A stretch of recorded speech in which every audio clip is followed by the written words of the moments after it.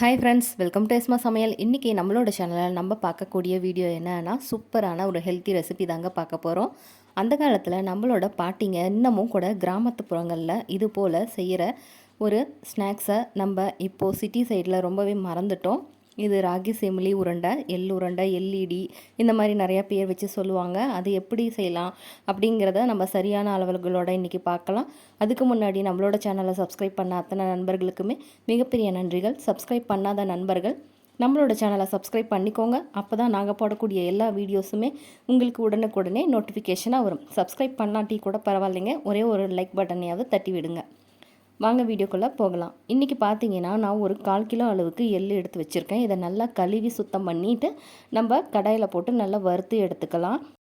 எள் வந்து நம்ம எதுக்காக கழுவுறோம் அப்படின்னு பார்த்தீங்கன்னா, எள்ளை நீங்கள் கழுவும் போது தெரியும், அது அடியில் நிறையா மண்ணுகள் தூசுகள்லாம் இருக்கும். அதனால் ஒரு 2-3 டைம்ஸ் வந்து நல்லா கழுவி வடிகட்டி எடுத்துட்டு அதுக்கப்புறமா நம்ம இது போல் கடாயில் மீடியம் ஃப்ளேமில் வச்சுட்டு நல்லா இது மாதிரி தனித்தனியாக உதிரியாக வர வரைக்கும் வறுத்து எடுத்துக்கலாம். அதாவது எள்ளு வந்து நல்லா பொரிய ஆரம்பிக்கும். அந்த ஸ்டேஜில் நம்ம இறக்கி வச்சிடலாம். இது ஒரு பக்கம் இருக்கட்டும். அதுக்கப்புறம் நம்ம ஒரு பாத்திரத்தில் 1/4 கிலோ அளவு ராகி மாவு எடுத்துகிட்டு அதில் கொஞ்சம் போல் தூளுப்பு சேர்த்துக்கலாம். தூளுப்பு எதுக்காக சேர்த்துறோம் அப்படின்னா, நமக்கு நல்ல ஒரு சுவையை கொடுக்கும், ஸ்வீட்னஸ்ஸை நமக்கு இன்னும் கொஞ்சம் எடுத்து கொடுக்கும். அதுக்காக தான். இதில் இப்போது கொஞ்சம் கொஞ்சமாக தண்ணி சேர்த்துட்டு ராகி மாவை நல்ல ஒரு அடை மாவு பதத்துக்கு பிசைஞ்சு எடுத்துக்கலாம். நம்ம கல்லில் போட்டு ரொட்டி தட்டுற மாதிரி தட்டணும். அந்த ஸ்டேஜ் வரைக்கும் நம்ம செய்ய போகிறோம். அதனால் ஓரளவுக்கு ரொட்டி தட்டுற பதத்துக்கு உருட்டி எடுத்துக்கலாம். இப்போ பார்த்தீங்கன்னா உங்களுக்கு தெரியும் மாவு எந்த அளவுக்கு நல்லா இறுக்கமாக இருக்குன்னு. இது போல் நம்ம பிசைஞ்சு எடுத்துட்டோம்னா நம்ம டைரெக்டாக தோசைக்கல்ல காய வச்சுட்டு அதில் இந்த போல் ரொட்டி மாதிரி இது மாதிரி திரட்டும் போது ஈஸியாக வரும் உங்களுக்கு. இது போல் நல்லா திரட்டி எடுத்துக்கோங்க. அடுப்பை மீடியம் ஃப்ளேமில் வச்சுக்கலாம். அப்போ தான் நமக்கு வந்து ரொட்டி நல்லா 2 பக்கமும் வெந்து வரும். இது மாதிரி ஒரு பக்கம் நல்லா வெந்ததுக்கு அப்புறமா இது மேலே ஆயிலா இல்லைன்னா நெய் 2ல் எது உங்களுக்கு விருப்பமானதாக இருக்கோ அதை நீங்கள் சேர்த்துக்கோங்க. இது போல் ஒரு பக்கம் சேர்த்துட்டு இன்னொரு பக்கம் திருப்பி போட்டுக்கலாம். 2 பக்கமும் நல்லா ஓரளவுக்கு வெந்து வர வரைக்கும் நம்ம திருப்பி போட்டு வேக வச்சு எடுத்து வச்சுக்கலாம். இது போல் நான் வந்து எல்லா ரொட்டியும் சுட்டு எடுத்துட்டேன். எனக்கு வந்து ஒரு 4 ரொட்டி வந்தது. இது மாதிரி வந்ததுக்கப்புறமா நம்ம சின்னதாக பொடுசாக இது மாதிரி பிச்சு எடுத்து வச்சுக்கலாம். உரலில் நம்ம இடிக்கிறோம் அப்படின்னா இன்னும் கொஞ்சம் பெருசாகவே எடுக்கலாம். நம்ம இன்றைக்கி மிக்சியில் செய்கிறதுனால குட்டி குட்டியாகவே போட்டுக்கோங்க. இல்லை மிக்சியில் வந்து மையாத போயிடும். நம்ம எடுத்து வச்ச எள்ளுமே இப்போ நல்லா ஆறி வந்துருச்சு. இதையும் நல்லா மிக்சி ஜாரில் போட்டுட்டு இது போல் நல்லா அரைச்சி எடுத்துகிட்டு வந்துடலாம். பார்த்திங்கன்னா தெரியும் நம்ம எள்ளு எந்தளவுக்கு அரைச்சி எடுத்துகிட்டு வந்திருக்கோன்னு.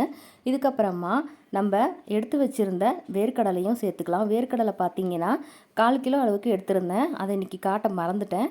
பார்த்திங்கன்னா இதையும் நல்லா இடிச்சிட்டு குறைன்னு அதாவது விட்டு எடுத்து வச்சுருக்கேன். இப்போது கடைசியாக நம்ம ரொட்டியை மிக்சியில் போட்டு அரைச்சிட்டு வந்துடலாம். ரொட்டியை ஒன்றா தான் நான் சேர்த்து அரைச்சிட்டு வந்திருக்கேன்.